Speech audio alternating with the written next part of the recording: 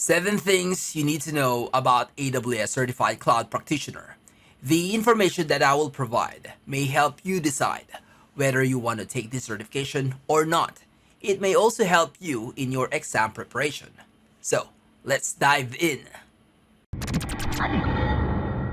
First, this certification is the lowest of the tier, entry level, foundational level, or super beginner level, and there are no prerequisites. So for those who want to start their career in cloud computing, this is the most recommended step. Prepare and pass this exam. It's AWS Certified Cloud Practitioner CLF-CO2 exam. Also note that the other two cloud giants have their own entry-level certifications as well. Second, the certification exam is easy. I only spent less than 10 days of preparation. Yeah, around 8 or 9 days of preparation, and you don't need exam dumps. For those who always use exam dumps, do me a little favor. Just once in your life, take an exam without using dumps. So, for some, maybe it will take 3 to 6 weeks of preparation. But if you are really new to the IT industry or information technology industry, maybe a little more, like 8 to 10 weeks of preparation, but nothing more than that. I use the Udemy practice questions. Some would go for full course. So there's one in Udemy. Some would also use AWS Skill Builder or other resources like Cloud Guru. Again, it shouldn't take you more than 10 weeks.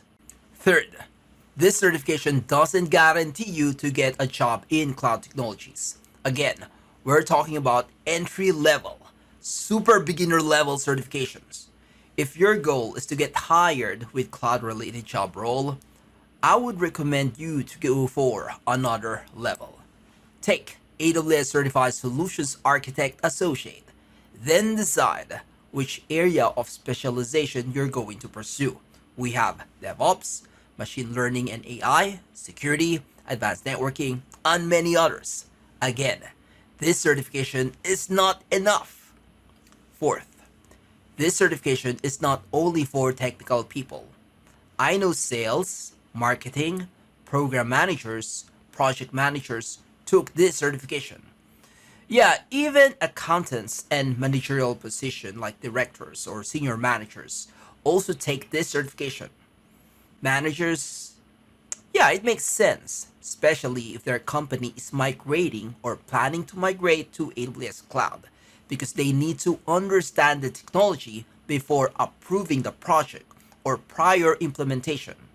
For accountants, as well as managers, they also need to understand AWS costing and billing, which is one of the focus of this certification exam.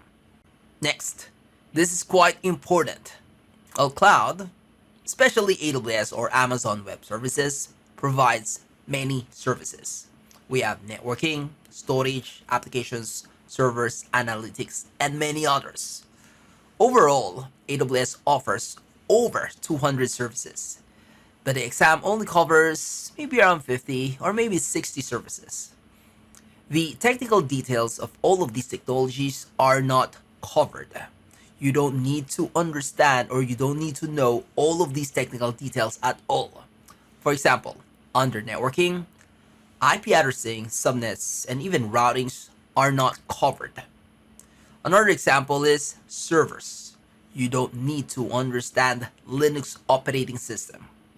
Another example is storage. You don't really need to understand the difference between object, block, file storage solutions.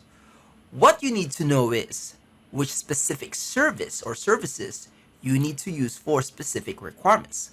Like, it will ask you something like which service shall you use in a hybrid cloud setup, or which AWS storage service do you need to use for application that requires API calls. Next, the exam cost only $100. If you pass the exam, you will get a 50% discount voucher for your next AWS certification exam. For example, after passing AWS Certified Cloud Practitioner and then you're planning to take AWS Certified Solutions Architect Associate, let's say after a few months, the original cost is 150 US dollars for AWS Certified Solutions Architect Associate. But if you apply the 50% discount voucher, it would now only cost 75 USD. And it doesn't stop there. For every AWS certification exam you pass, you will get, again, 50% discount voucher on your next exam. Last, this is all about the exam itself. You book the exam in Pearson VUE, and you can take it online/remote, or if you really want to focus on the exam with less distractions, you can schedule it in a Pearson VUE testing center near you.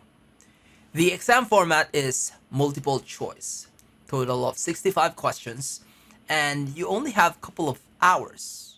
Yeah, more or less. I finished mine in 1.5 hours. I think 2 hours is enough. What else? This is AWS certification exams in general. Many questions are a bit long. You will spend more time trying to figure what they really asking for.